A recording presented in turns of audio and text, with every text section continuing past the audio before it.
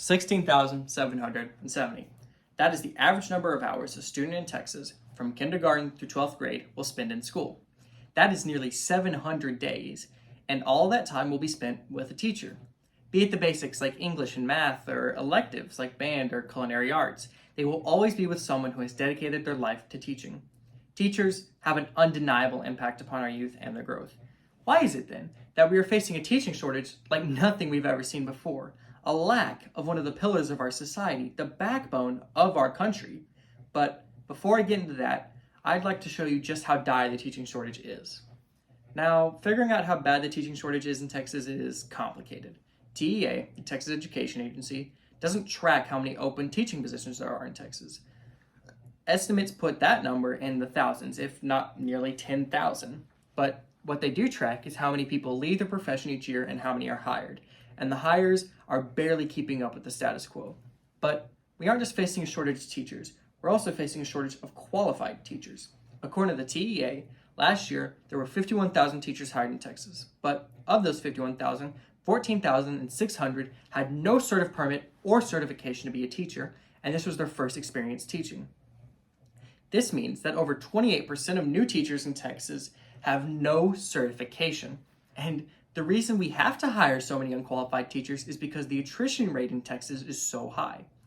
Now, I hope you understand how bad the teaching shortage is in Texas, but why is that and how did we get here? The issues plaguing our teachers can be condensed into three main points: pay, workplace culture, and a lack of respect from students and parenting.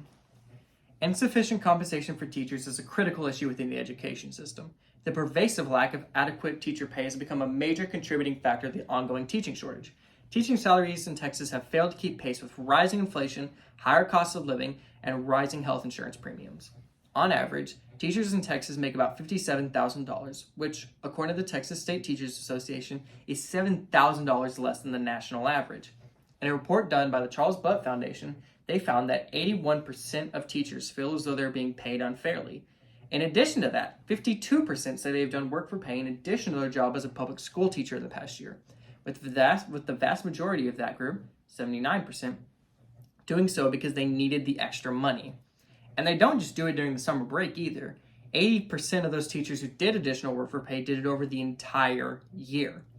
Teachers are also spending an increasing amount of time working for little to no extra pay and spending their own hard-earned money on needed classroom supplies. Is there any other job that is so vital to our society, but we force them to work a second job to make ends meet or provide the necessary supplies for them to carry out their duties?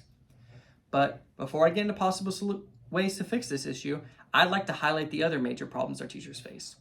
While researching this topic, I spoke to many educators in different subjects. While many stated pay as their main issue, a high percentage also named workplace culture and overmanagement by their administration and the state as pivotal issues as well.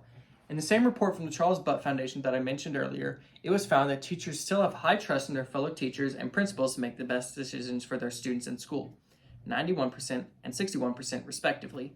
But why do I bring this up?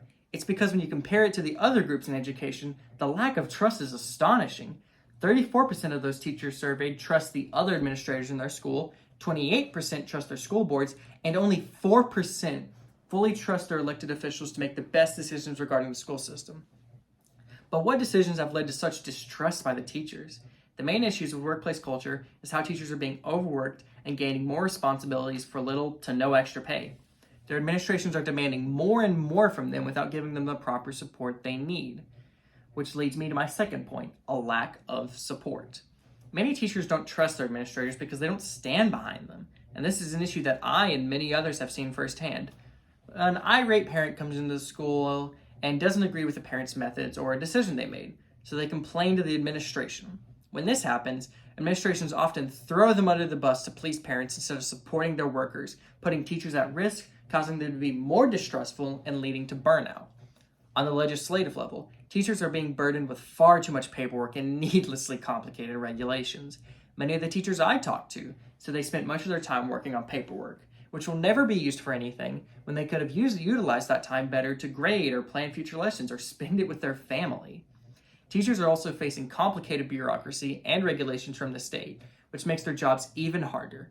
Now, on to my final point, a lack of respect from students and a lack of parenting. An alarming trend has recently emerged within educational institutions, as students increasingly exhibit disobedience and disrespect towards their teachers. Although this was bad before the COVID-19 pandemic, it, like every other issue in the education system, has simply gotten worse.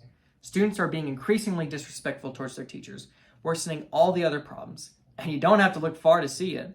All over social media, you can see examples of students being disrespectful and, in extreme cases, even aggressive towards their teachers and fellow students. An example of this is the devious slick trend, when students were stealing objects like toilet seats and soap dispensers from their schools and posting it online. This disrespect causes teachers to be more stressed and can lead to burnout, which may lead them to leaving the profession entirely when combined with the other issues we've talked about. Now, I understand this all sounds bad, and trust me, it is. But there are solutions to these issues, and people are trying to fix them. The main issue we talked about was the low salary offered to teachers. While the problem may seem simple, there are multiple ways to go about fixing it. The first and most obvious way is to pass a bill increasing the education budget, which would solve various issues, not just pay. They could also increase the minimum teacher pay and work to find ways to even out the pay gap between rural and urban schools. There have been attempts to raise teachers' wages, but they've been held hostage in the school voucher fight. So if we can't increase wages, we could try to lower their cost of living or help alleviate the debt many teachers accrue while getting their education. Many school districts, such as La Mesa ISD in West Texas, have started building teacher housing, which is cheaper than housing in the surrounding areas. This can help attract teachers and make it easier to get by without taking on an extra job to make ends meet. Another thing districts or the state could do is either help teachers get through school without using student loans or help them repay those loans, which would also help getting more qualified teachers.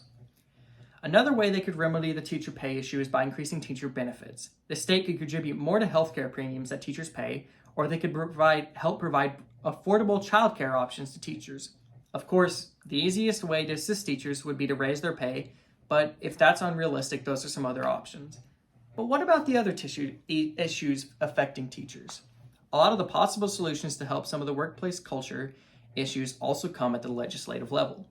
As we discussed earlier, many teachers in Texas don't trust the people writing the laws affecting them. We need to take their opinions into account when writing those laws. But one thing we can do is lower the amount of paperwork and bureaucracy teachers must go through. We could also look into ways to help lessen the workload on teachers. On the administrative level, we can encourage administrators to stand with their educators more against irate parents and protect them and their methods. Now, to the final issue, student behavior. This is probably the least straightforward of the three issues, but I believe we've came up with somewhat of a solution. A lot of students have become unruly due to a lack of parenting.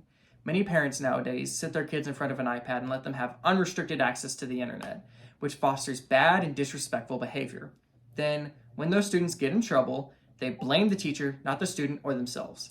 They let the internet teach their kids instead of teaching them themselves. This isn't an easy to issue fix by any means, but one possible solution that I've come up with is to encourage or even mandate parenting classes for high school students so they enter the world with effective strategies to parent their kids properly. Now, I understand this would take a long time to take effect, but if administrators also stood behind their teachers, as I suggested earlier, we would see a positive change in student behavior. Now, positive changes are being made in Texas. Governor Greg Abbott created the Teacher Vacancy Task Force to investigate these issues and find possible solutions. Now, some of the solutions they propose are the same that I am suggesting. Now, if there is a way that the average citizen wants to help out, I would recommend one of two ways. The first is to reach out to your public representatives and show them that this is important to you and it needs to be changed. The second, support your local teachers in any way you possibly can. While we may be in the middle of a teaching shortage, I am hopeful that we can see an end to this crisis as soon as possible. Thank you.